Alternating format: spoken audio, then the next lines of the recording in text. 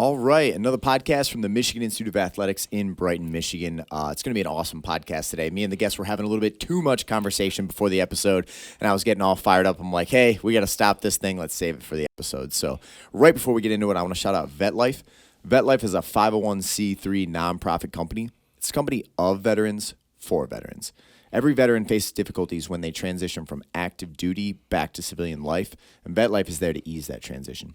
If you want to reach out to VetLife, you can do so through Instagram or Facebook, or check out their website at vetlifetoday.org.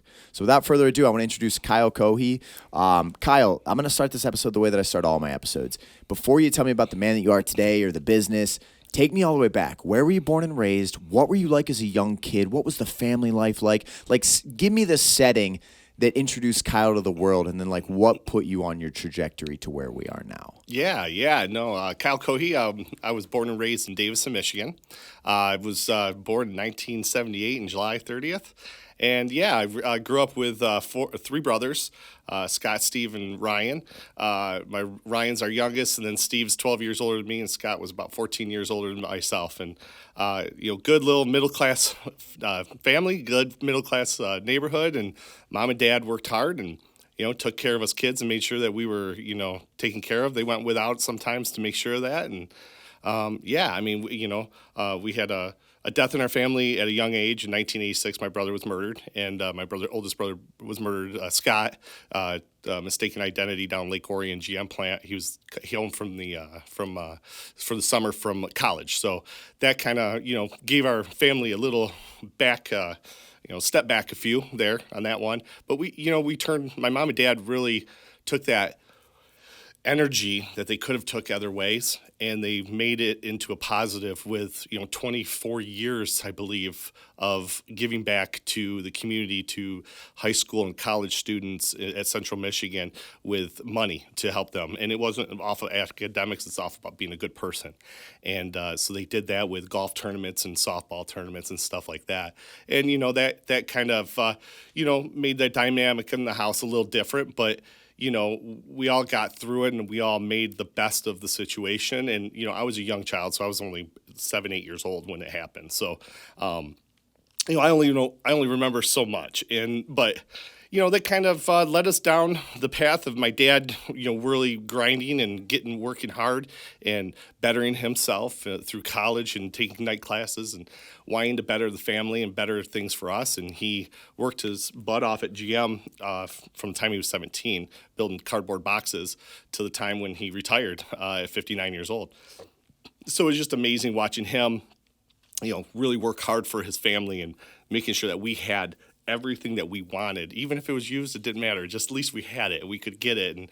And Dad made sure we had all that. And my mom, took care of the family, and that was awesome. So one of the things I want to ask you about is, first of all, it's unbelievable that they didn't turn into broken people full of resentfulness for the world or bitterness or anger or frustration from an event that would probably send shockwaves through anyone's family. Were they religious people? What was it that you think kept them focused on the good in life and the fact that there's still all this potential versus being drugged down to, the depths of sorrow and shame and guilt? And because a lot of the times when tragedy strikes people's lives, it destroys them for a substantial period of time. Some people never recover from it. What was it about your parents or about your family that allowed you guys to come back together and make the best of an incredibly difficult situation? I think it was my mom and dad understanding that they couldn't allow that to affect us three boys. And I think that was the biggest thing. I think it was them understanding that they had to go through their process and take care of their process and do it in the way they did it, but they didn't show us boys that process. And we didn't get to see it. We just got to see what it was to just move on with a life that was different than having our brother Scott. Man. And, that is incredibly honorable in the fact of, imagine the pain that was endured by your parents. Yeah. The loss of a child. Was it your oldest brother? It was my oldest brother, yeah. The loss of their first child. Mm-hmm. And yet they came together and said, we're still going to make the most for the rest of this life for our children. That's incredible. You have incredible parents, and that probably laid the foundation for why you are the man that you are today. I believe so. I mean, there wasn't, we couldn't say we can't, we won't. We couldn't say those things. Those things weren't tolerated at our home. It was yes, you can, and it doesn't matter how you do it. None of us boys. My two brothers went to college. They both got about 2 years in, and then they were done. My brother Steve, very understandable, because him and Scott were within 16, 18 months of each other, so they were very much more closer. My parents had two families, really. So they were closer, and they were SIG-Eps up at Central Michigan. So that was hard on my brother. So understandably, him coming home was probably inevitable at that time. But yeah, I think my parents were just dynamic people. I mean, they weren't religious. They weren't any faith or anything like that. My dad's family was very religious, and I think that turned my father off. And so he decided that he wasn't going to raise his family the same way. So I just think it was just the stamina of making something bad turn to good, and making sure that their kids will live the way they're supposed to, and not with guilt or victim mentality. I mean, victim mentality is a terrible thing sometimes, and it's good on some other ends of things. But they wouldn't allow us to do it, and kind of hard nosed. And so maybe some of the lovingness was a little bit colder than normal, but it was understandable, because it was, hey, stop that, let's get moving on. I just remember my mother always, and she always hates it when I tell the story. She was always the person: you get the flu, go outside. Get out of my house. You're not going to get germs in this house. Mom, it's 60 degrees. I don't care. Go outside. Get outside.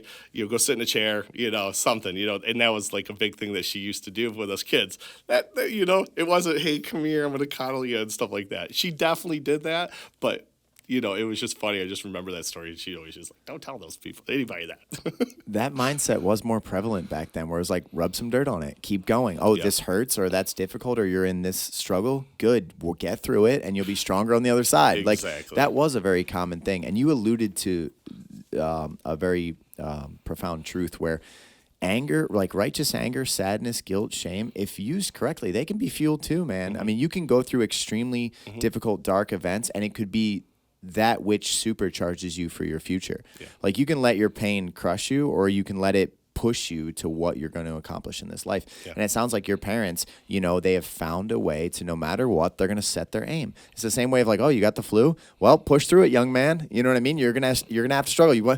It is what it is. These are the cards you're dealt. Those are my type of people. So let's start to unfold your story. When you were a young kid, you remember the first thing that you wanted to be? Like, did you know what you thought this life had in store for you? Were you just wandering through and kind of, you weren't thinking much of down the road? Did you think you were going to go to college? Did you have a certain dream? Do you remember your first dream? Yeah, my first dream was I wanted to be a baseball player. I just wanted to be a baseball player. That's what I wanted to do. And I played baseball, but I didn't play high school baseball or anything. But I played baseball through my life, through school, on like travel different teams and stuff like that. But yeah, I wanted to be doing baseball. But then it switched. I think it switched, and I would have to say it probably switched after my brother passed.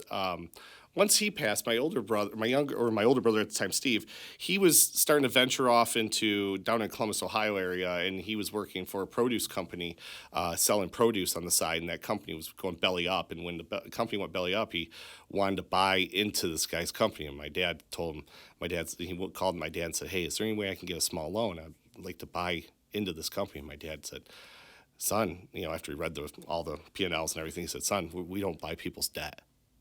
And my brother got real mad. He was upset with my dad, didn't talk to him for a few months, and said, man, I can't believe you do this. This is a golden opportunity. He said, son, we just don't buy people's debt. That's what we don't do, and that's what you're going to do.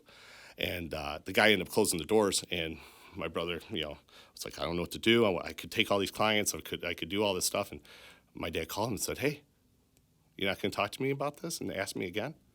He's like, well, no, you said no. He goes, I said I won't buy people's debt. I'll take a gamble on you. And so my dad took a second mortgage on the house and said, hey, I'll do the gamble. I'll make sure you have it so you can have it. It's basically the rest of your college fund, because my parents were fortunate enough. They've helped out, and they wanted to pay for our college. And he said, he goes, you do two things. You can pay me back, my brother goes, he goes, I can pay you back, or I can give you equity. And my dad goes, you pay me back. I don't want equity of any of your companies. I want you to do your thing. And once that happened, and I was young. I was probably 14 maybe 10. Well, I was probably younger than that, 12 years old when that happened. And I remember when that happened, I said, oh, I want to work for my brother. I want to own a produce company. I want to own a company. That's what I want to do. I want to do that. I want to do that. So that was my driving force.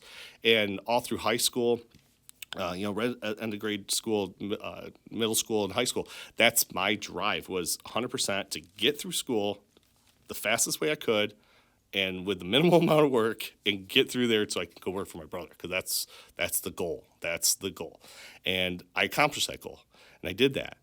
Almost didn't, though, because in my 11th grade, around Christmas time, I was told I was going to have a child.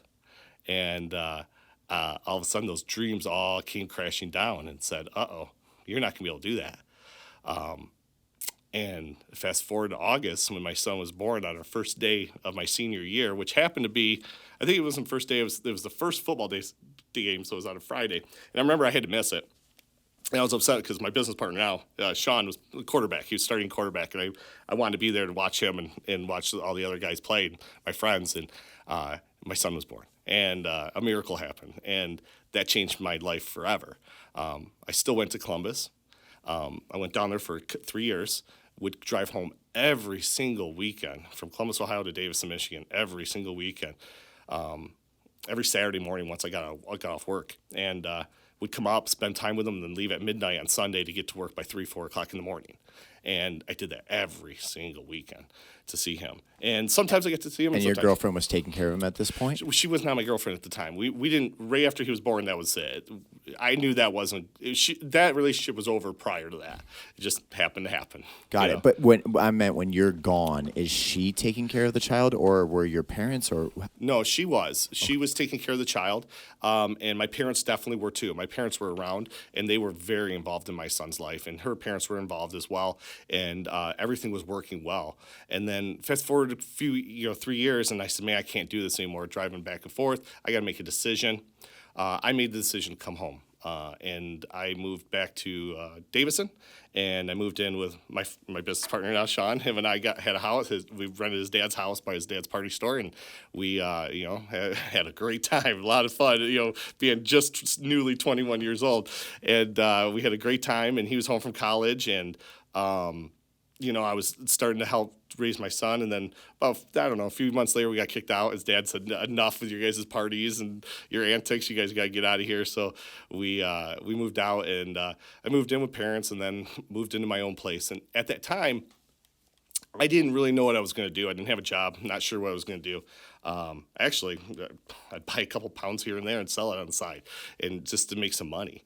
And then I was, I didn't want to do that, obviously. I only did it a couple times, and I was like, man, I just didn't want to do that. And Sean's aunt was trying to get Sean to come over and work for her at Toshiba Corporation. And he goes, I'm going to work for my dad at the party store, but I got a buddy that would really he'd do well. He knows how to sell. Let's give him an opportunity.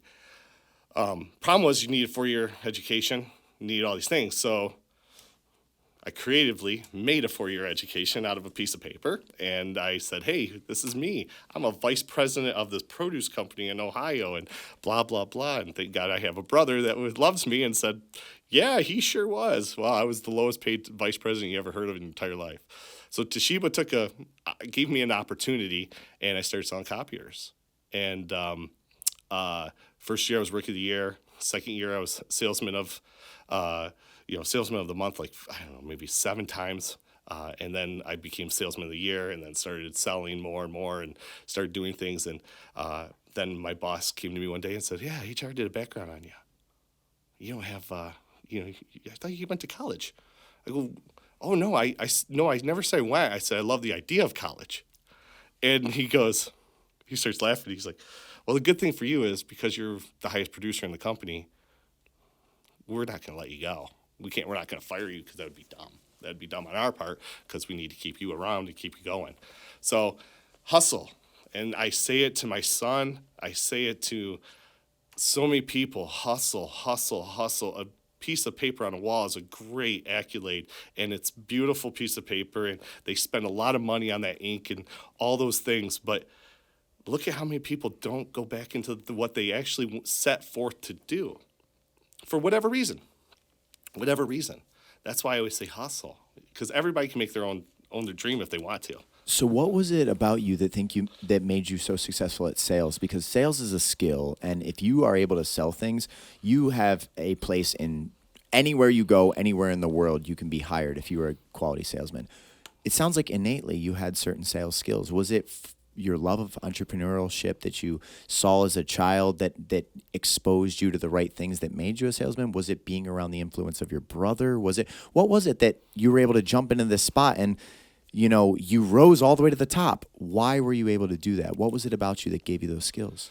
I think what you going down with working for my brother was it. If any of my friends would watch this, they go, because he's a bullshitter. He knows how to bullshit. He loves to bullshit. He loves to talk. And my mom always said, you're a talker. She goes, you love to talk. You always enjoy talking. You enjoy talking about people. You enjoy talking about things. You love to talk about yourself. You love to talk about everything about what goes on in your life. You enjoy letting people know it. As Sean always tells me, you leave your heart, you wear your heart on your sleeve all the time. He goes, almost to a fault sometimes. But he's like, but at least you know what you're getting with you, and you're always getting. You're not wondering, worrying, or asking yourself. You always know, and that is somebody that when I hear that, that's a compliment, a huge compliment to me, because it might be brass sometimes, and it might be raw, and people might go, "Wow, really?" Maybe not like the way it's said, but it's the truth, and at least from my point of view.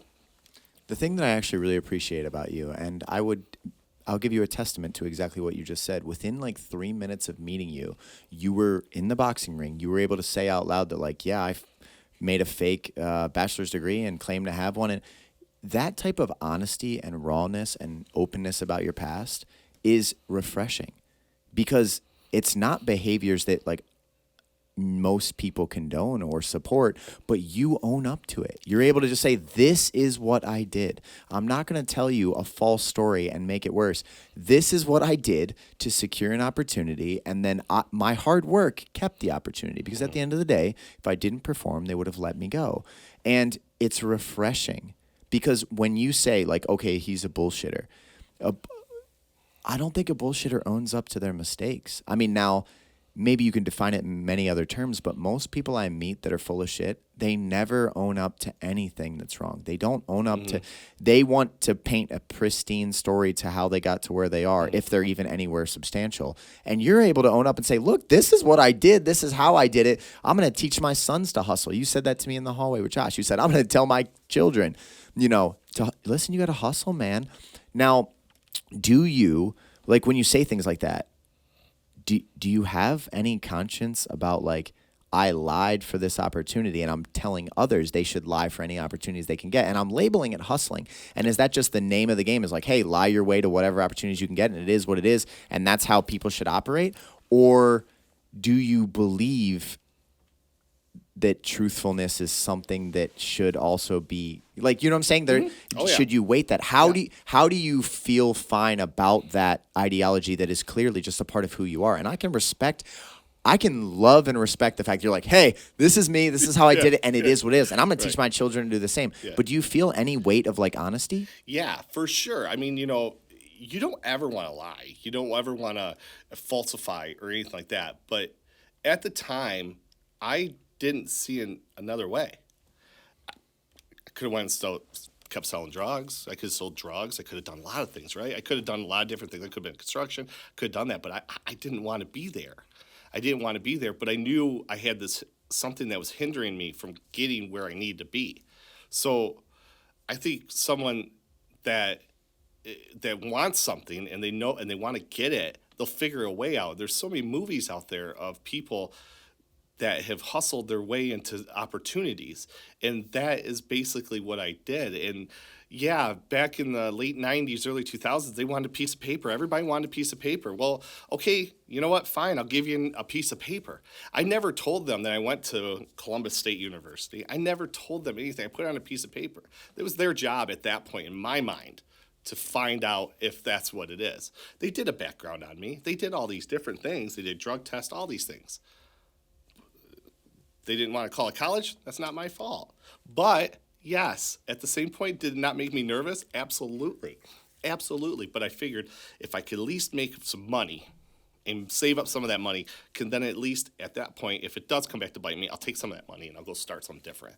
And it was my way of giving myself an opportunity that no one was going to give me. Sean and his aunt gave me that opportunity. They gave me the opportunity to come in and to have the interview, and they've liked what they saw and they liked what they talked to, and I didn't even know how to use a computer. I mean, I was very raw.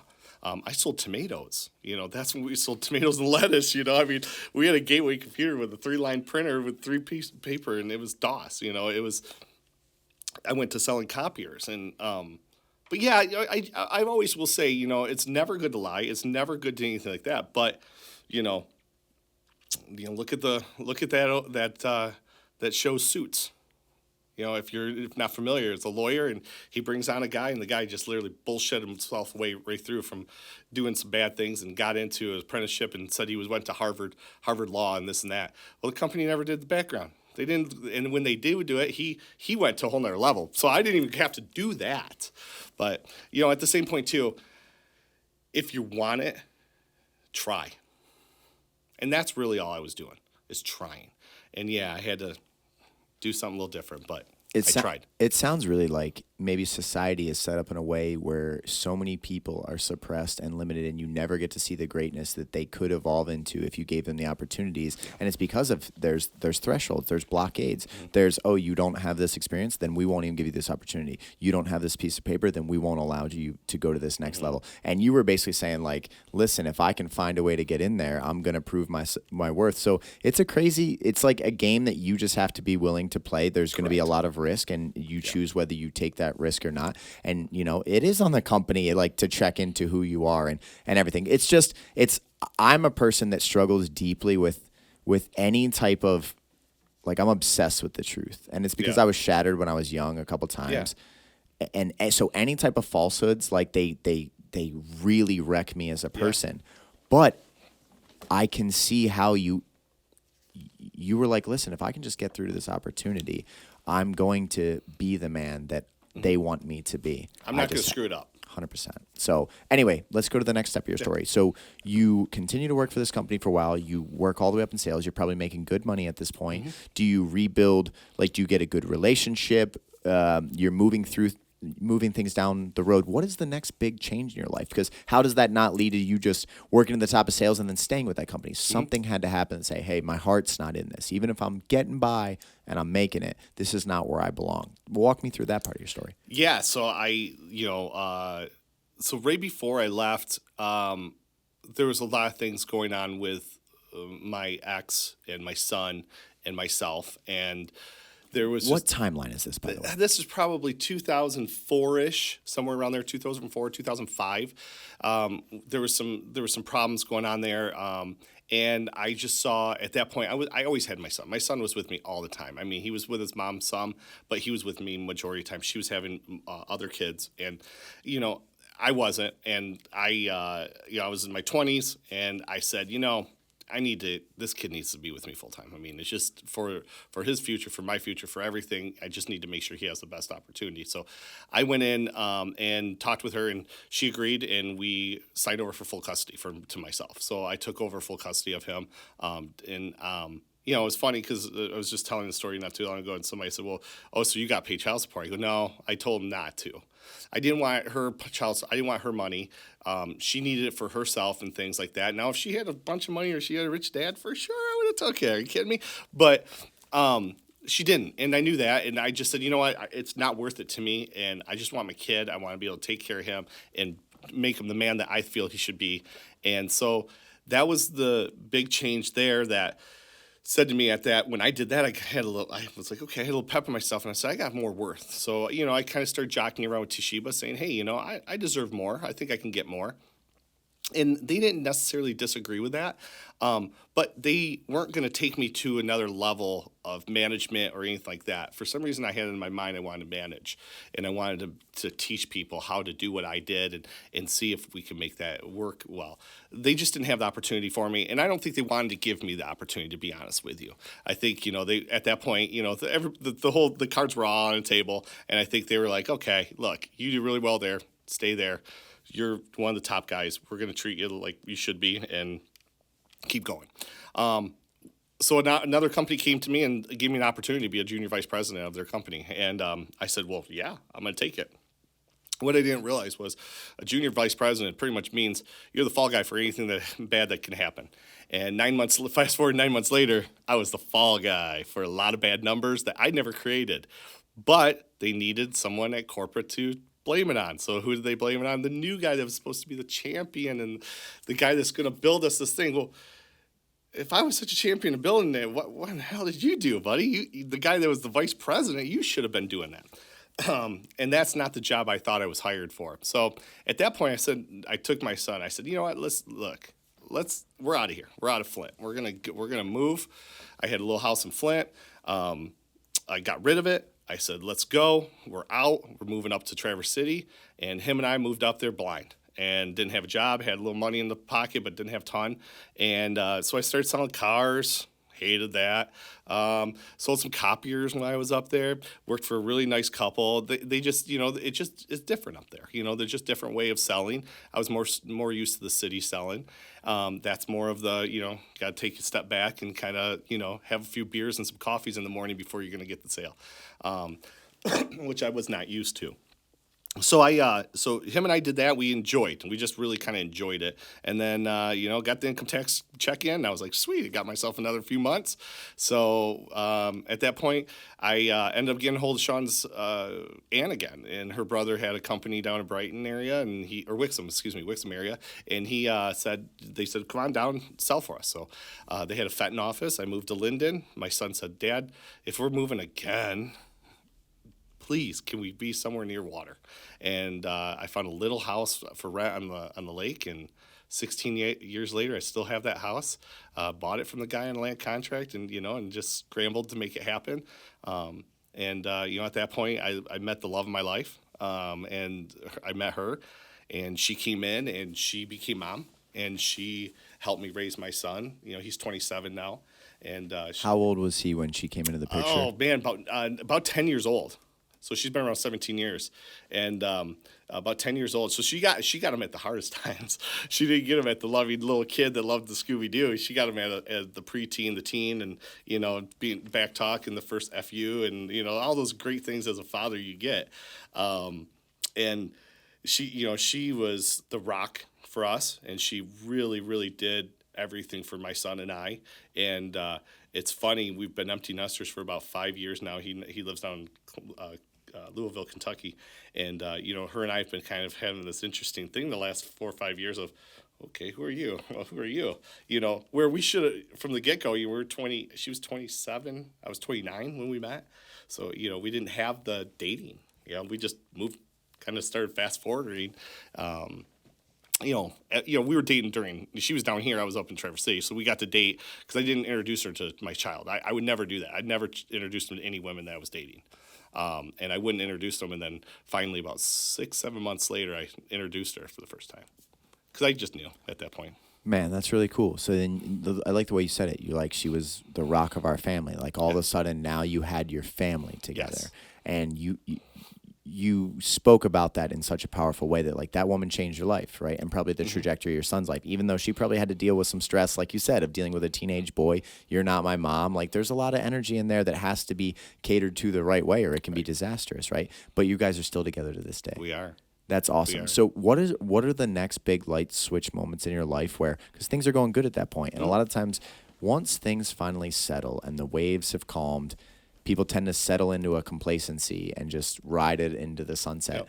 But you're now sitting here as a business owner and all these things. So what are the other big light switch moments that happened to you in your life that made you make big leaps to say either I'm not happy with this or there's something more? Yeah. I left the other company, went to a company, was basically poached from my old boss who I've worked with at Toshiba, and he jumped around to a new company, and he kept saying, you gotta come over, it's gonna be great. You're gonna be able to just head up everything. You're gonna be able to do whatever you want, use your creativity, all of this.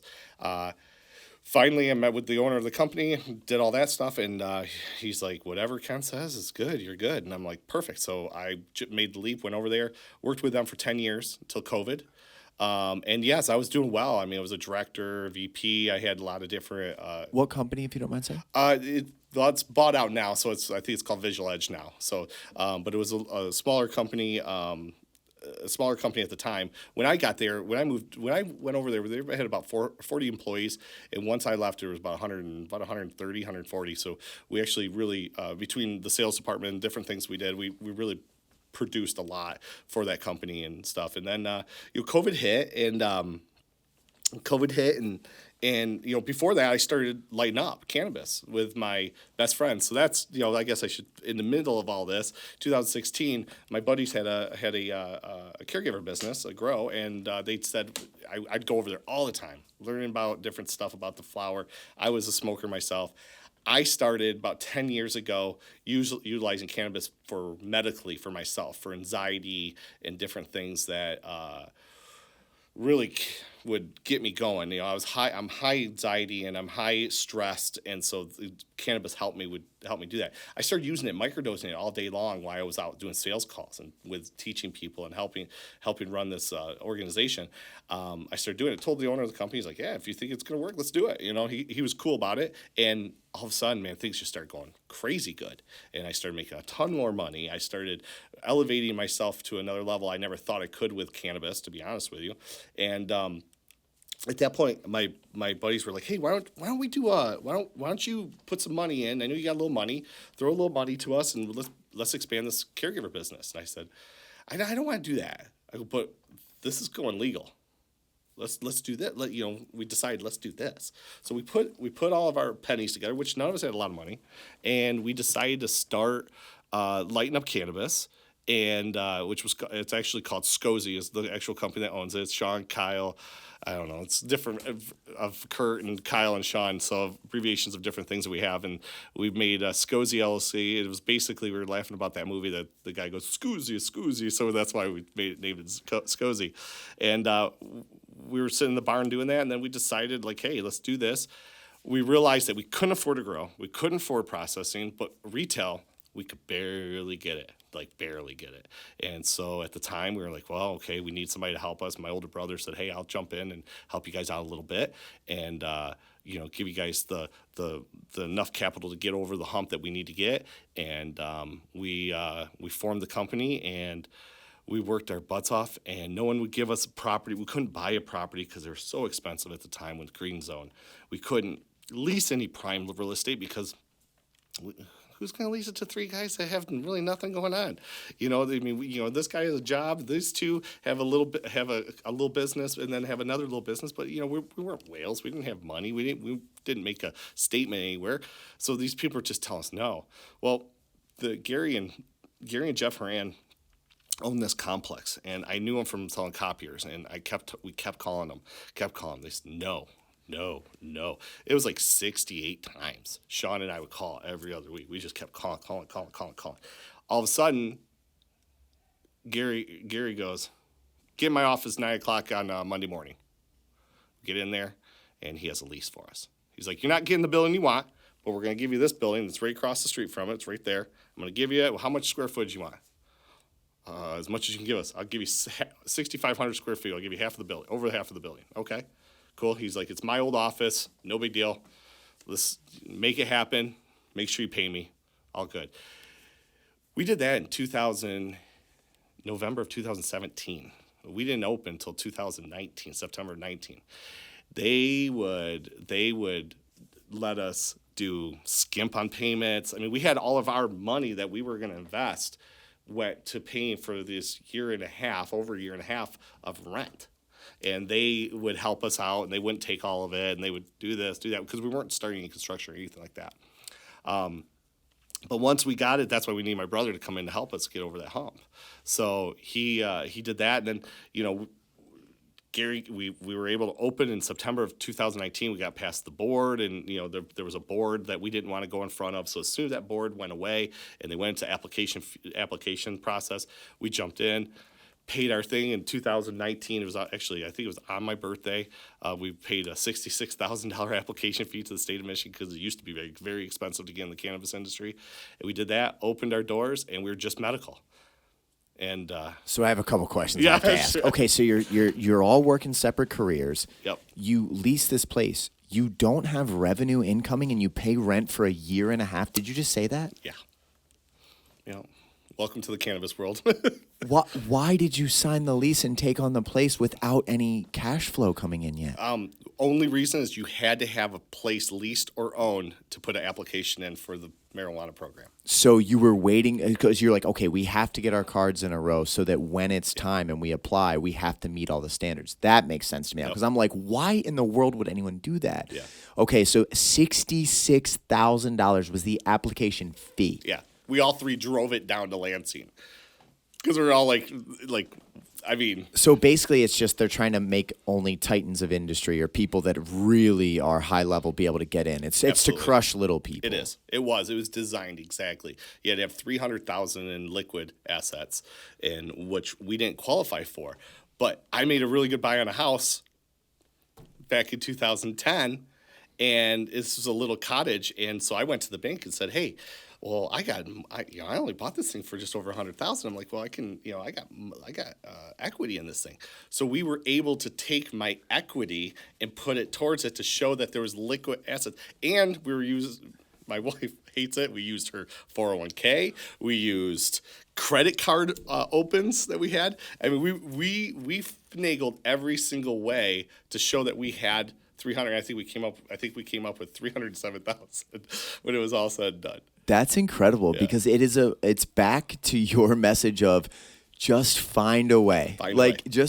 It's crazy because the gentleman that owns Champion Chevrolet, he's got to be getting near a billionaire by now. He owns so many dealerships, restaurants, commercial real estate, residential. I heard through a grapevine the way that he originally bought his first ever place, which was in downtown Brighton, this tiny little shop that was going out of business, is he applied for like every credit card he possibly could and maxed them out to the absolute limit. And he stretched his credit in every way possible, basically in a way that no one would ever recommend that you do something like that. But he knew that if he could just get over that initial hump, he could get the start that he needed. And now the man is probably hundreds of millions of dollars because he got over that initial threshold that is designed to not allow people that are not already substantial to get past. Correct. You found a way to get it done. It's a repeating theme throughout your story. You will just find a way. Well, and the funny part is my business partner Sean is exactly like me. You know, his family had like a retail country market store. Literally, I lived here. He lived on the other side. I mean, we were pretty close within about I was probably not even a mile, and he was closer to that growing up. And we were out 6 miles outside of Davison, south side, towards Goodrich. And he has the same mentality. You know, you told me no? Okay, cool, fine. All right, let me talk to somebody else because somebody's going to tell me yes. And we're going to find a way to make it happen. Man, I love that. That's the entrepreneur spirit. Yeah, and him and I are such alike on that level of things. And Kurt keeps us in line because Kurt will just be like, okay, enough. You guys settle back down. Let's go to the task at hand and get it going. But Sean and I, we put our visions together, and if we want to get something done, we'll get it done. And I'll tell you about the turkey story, and that's kind of, you'll see how that plays with us. So you apply, you show the equity, Yep. you pull your funds in every way you can, you do a $66,000 application fee. You guys get approved? We got approved. Okay, Yep. so from that point, build me up from this point of the story. Lighten Up is up and running. Yep. Where are you located, by the way? Where is this space? Yeah, I'm at 4184 Pier North Boulevard in Flint, Michigan. It's basically right off of I-75 and Pearson Road. So we're half mile from the exit. You have to pass a couple cannabis companies to get to us, but we always say pass the rest to get to the best. So because, we're local guys, we're not corporate stores, and, we pride ourselves on that. And so we opened Lighten Up, got that going, medical. We were supposed to be recreational by February. Doesn't happen. Board says, COVID, we're not going to do anything. I offered to give them for them to use free computers. Not me paying for them for new computers. Me just giving it to because you can't do that with municipalities. You got to be smart about it. You can't just say, hey, I'll pay you for all new computers. No, I'll let you borrow. I'm going to let you borrow it for it. They said no, and so then they said, well, we'll have it approved in June. Okay, now everybody's shut down. right? Things have been shut down for a minute. We went 3 months without the store being open, but we were open. We are just curbside and delivery only. And June comes, nah, we're not. We're still not planning on doing it. They were playing games. So Why do you think that is? the nicest way I could put it is if you're over 75 years old, you shouldn't be on a board. I'm sorry. There is just a time limit for everything, anything with politics. You just need to know when to fold them. And a lot of these people don't know how to fold them. And when you don't know how to use a computer, you need to go on because things move and things change. Not that you're a bad person, nothing wrong with the person that you are, but your ideologies might just be a little bit too skewed and a little bit too backdated that we need to try to move something forward. And so I think that's my nicest way of putting it. I could say a lot of other things, but that's when so we finally get through 19 and 20. We get to close to the end of 20, and we finally get them to say yes, we're going to approve it. And they approved it December of 20, and at that point, we're not taking money. I've been we don't have jobs. All of us don't have any money coming in. We're doing the same thing that everybody else in the world was doing during COVID time. Is we were collecting from our old past employers and going for government money because since we can't show a profit, we're not showing any money coming to us. Basically, it means we have a company that's not profiting. We deserve that money. So we utilized some of that until the time where we became profitable. Once recreational happened, things changed. Started coming in. We went from 100 patients a day to 200 patients, 150, 180.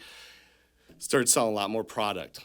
Growing pains were going. Start profiting in 2001. In June of 21, we've stopped all the other funding for ourselves earlier than that from the government, and we started with 21. We were profiting. We started taking little checks here, little checks there, and we put all of our energies into it. Changed all of our lifestyles completely, got rid of all the big toys, all the fun things that we had that cost a lot of money, and got down to the raw thing. Keep the houses, keep a couple of cars, and let's just move forward. There will be a day for us to go ahead and have fun again and do all that stuff, but it's time to build this thing where we need to. And we've been doing that, and we've done a substantial growth with our company, and we work hard. I mean, we guerrilla market. We have zero traffic drives by our store every day. You can see our building, but there's trees. From the highway, you can see it, but there's trees there, so you don't really see it. There's no signage for it. But 0 people drive by, because we have to pull people every day to come back to our store.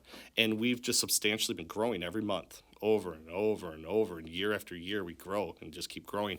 And, to the point where now we're, have, 500, 600 SKUs of products in our store and, doing well. And we're able to all three be there, build a management team, opening a new location in the next month in Flushing, just down the road from the other one. That's just going to be a little different. We're going to do something different with it, but it's going to be still the same thing.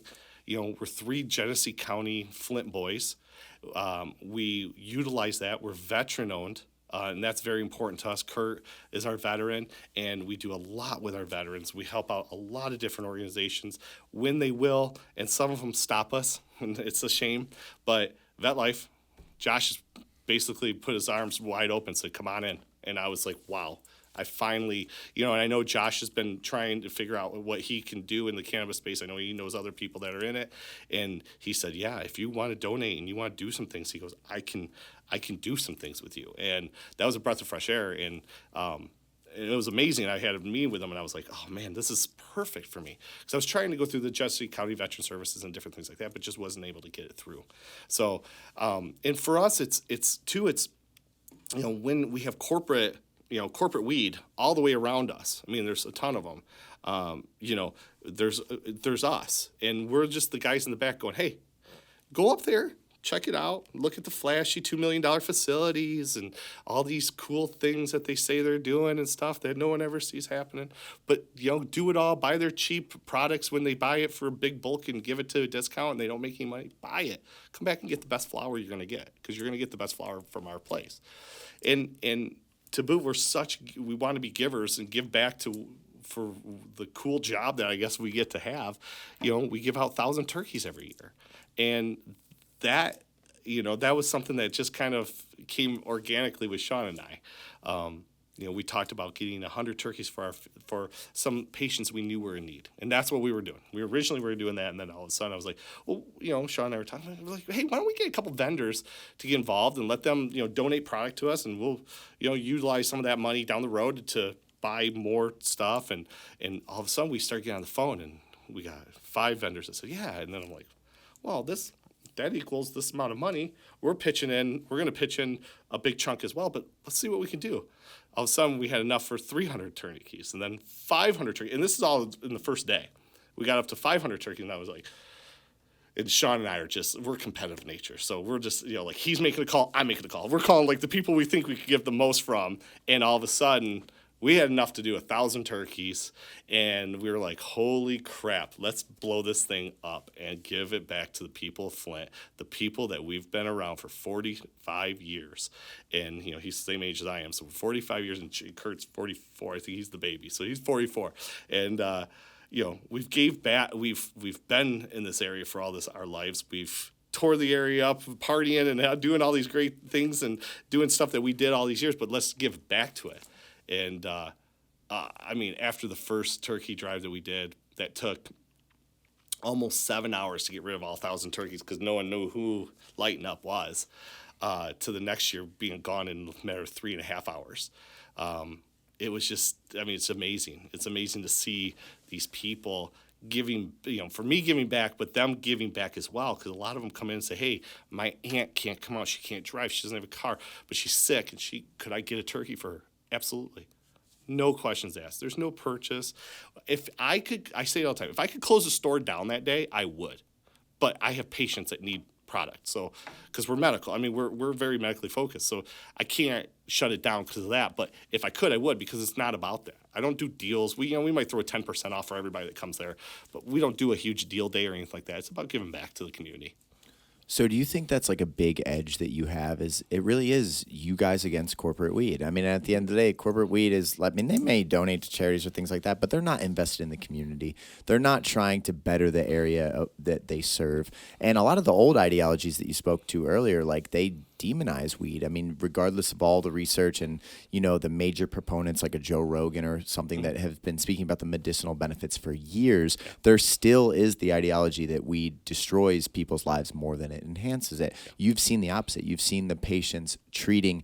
You mentioned it yourself, even though you're microdosing, so you weren't really, you were doing very small amounts, but it made you more effective in your life, not less effective. You've probably seen countless patients that cope with pain or anxiety or depression. Anton Harb told the story of he was on 14 prescription drugs, switched over to cannabis, and now uses none of them. Yep. So got out of the pharmaceutical industry of being just a literal cash cow that was a slave to his prescriptions. Yes. To now being a better functioning person. And now, would you also, to play a little devil's advocate, do you think there are people that don't use weed responsibly and therefore it actually makes their lives a lot worse and they need to use it as a tool to enhance their life? Or do you think the vast majority of people that you serve, their lives are better with cannabis, truly better? Yeah, I would say there is a mix. For sure, yes. Probably 70 to 80% of them that come in here are absolutely using cannabis because it is bettering their lives on some level. Then you have some people that come in and will utilize it, and you always know. You always see it, especially, and you don't see it as the customer that comes in, but when you're with that person, you always see it. It's like, what are you doing? It's almost like they just took 5 shots of Jose Cuervo, and they're just messed up. And, and that's not what it is for. In my mind, it's almost like back in the day we used to in high school we used to take mushrooms. We'd take a huge handful of mushrooms, throw it down the throat, and we got sicker and sick, and you're tripping for 5 hours, right? Well, you can microdose these things. There's 1 milligram little M&Ms that you can buy, Pot Dots or Pot Tarts. You can buy 1 milligram per piece to try to microdose. And we call them soccer mom stuff because, all the moms are coming through the line. A lot of them are popping a couple of those bad boys, and maybe they're skipping the wine that day. And that's a big deal too. And I think you can get a lot of benefits from that from an alternative side of using alcohol, drugs, whatever. I was on Zoloft Wellbutrin. I've tried that. Oh my God, I was on a few other things, and I went off completely of them by using cannabis every day. And people always go, "Well, you're." There, I've met with so many business people. Well, you're not high. Yeah, right, dude. I just smoked a joint before I came in here for your meeting. Yes, I am. I might have took a 50 milligram gummy that you didn't even know I just took. Yeah, I kind of am. But they don't know it because the people that utilize it for the medical side, you won't know because they can function through that day with no problem with using cannabis. It takes a little time. It's like anything. If I take a Vicodin, I throw up. But if I continue to take a little bit of Vicodin and then a little bit more and a little bit more and a little bit more and a little bit more, I'll get used to it. And my stomach will get used to it. And I'll be fine and I could use it and I can use it as my crutch. I don't think cannabis is a crutch because it's a holistic type of style of medicine. We're not bringing it in and cooking it and we're not in lab coats. I shouldn't say it. They are in lab coats with those grow facilities, but they're not. It's not a stereotypical Pfizer, or a chemical company making something they say safe. They all say it's safe, and they say, "Well, look, I'll take it." Well, of course you will. You're gonna, if you stand by your sword, you're gonna die by your sword, my friend. And of course you're gonna say that. But at the alternative side of it, I sit there and go, "Well, maybe there's something different we could do." I think it's incredibly refreshing, your honesty again, and that's what I was expecting out of you. Is like some people would not be willing to say that, yeah, there's people that do it wrong and that their lives are way worse because they sacrifice everything in the name of weed. But really, it's like a lot of people have a crutch in one way or another, and alcohol has destroyed families for years. The opioid epidemic was one of the main things we talked about before the pandemic, was the anxiety that was wrecking the country and the opioid epidemic. So if we can combat those things by something and we can give education and methods that people can be healthier and more responsible with these things, it's like if people are going to do something and they can be responsible and they're adults, they should have the freedom to do these things. And that's the ideology that's changing. Because back in the day, it was, no, this is a hard line. I mean, people went to jail for being drug dealers most of our lives. And now there are people making businesses around this, but it's like it's because all of the information has changed over time and the people are starting to see different perspectives and et cetera. So let's say this. The way we'll wrap up this podcast is, first of all, you against corporate weed. What do you have to do to keep your business growing and keep the customers choosing you guys over there? And then in 3 to 5 years, 10 years, what are your goals now? Because now you have your own, once you have your own company, it's like having a child. Like you want to grow this into the best version that it can possibly be. What do you see as down the road? What do you and your business partners envision? And how do you win that battle against the small guys versus the titans of industry? Yeah, it's apparent when you go into any of those stores. You'll see a corporate store, you can sniff it out a mile away. Anyone can. If it looks like an Apple store, it is. For us, it's about treating our customers with respect, helping our customers with their ailment. If they just going up for boys' weekend and they just want to get a few joints, they want to get high as a kite, well, we got you. If you're looking for back pain, we got you. And it's not, coming in and having the customer say, well, I need this and this. It's like, hey, what brought you in today? Well, I'm going, because when you say it that way or say it similar to that, and you say it, when my product specialists, we don't call them bud tenders, they're product specialists. They consult. They don't sell you something. They consult with you. And when they're consulting, that's making a better relationship for our customers. It's being the cheers of the group. It's the cheers of Flint, where you go in and we know your name. We keep profiles for you. We do things, what we say we're going to do, we will do it. And we make sure we have a nice staff. Nobody brings their problems into the facility. That's a no-no. And it's really just treating people like humans and making sure that they're treated with respect when they come in, keeping it clean, not looking like we're a billion-dollar company. And that's probably our biggest thing. And guerrilla marketing and doing things like this with you. I mean, James, it's doing things back and forth, doing podcasts. It's being relevant into our in the cannabis world, being able to speak intelligently about it. And for Sean, Kurt, and I being knowing how to cut all the fat and running a lean, mean machine and trying to grow. We didn't grow by making a whole bunch of money in our company. Our next store was organically done over 3 years. Our processing facility that we'll eventually have is going to be organically over the next 6 months. We have on the horizon another 2 to 3 stores that are some special stores. One could potentially be a huge concert venue hall, which is consumption down in downtown Detroit. So we're looking at different ideas and different avenues that we're going to be opening up that are going to be some special places and being very methodical, not rushing, taking our time, being able to sit back and say no, and let's see how it waits out. And just being, and having the partnership I have is, it's a brotherhood. Sean and I have been friends since kids. Kurt's his cousin. It's a brotherhood that we have and a respect that we have with each other. And we have good ideologies, and we just move forward at a slow pace, not just jump in and, as we always say, don't put the cart before the horse, leave the horse before the cart. I think that really is a secret to your success. As I've listened to your story today and as I've talked to you, I think you have a good team around you of people that care about you, and you have this rock solid structure of these, like, you guys are in this fight together. And when you can count on people like that, when you know someone's got your back, and when you're inadequate in a certain endeavor, they're going to step up to the plate, and then you're going to help them when they're in need, and you guys are all going to push each other. And that healthy competitiveness that you alluded to earlier too, that's such a good thing, is like holding them to the highest standards, but then they're going to do the same to you. And then you're all going to hold your company to the highest standards of what does this look like in a perfect world, and how close to that vision or image can we create.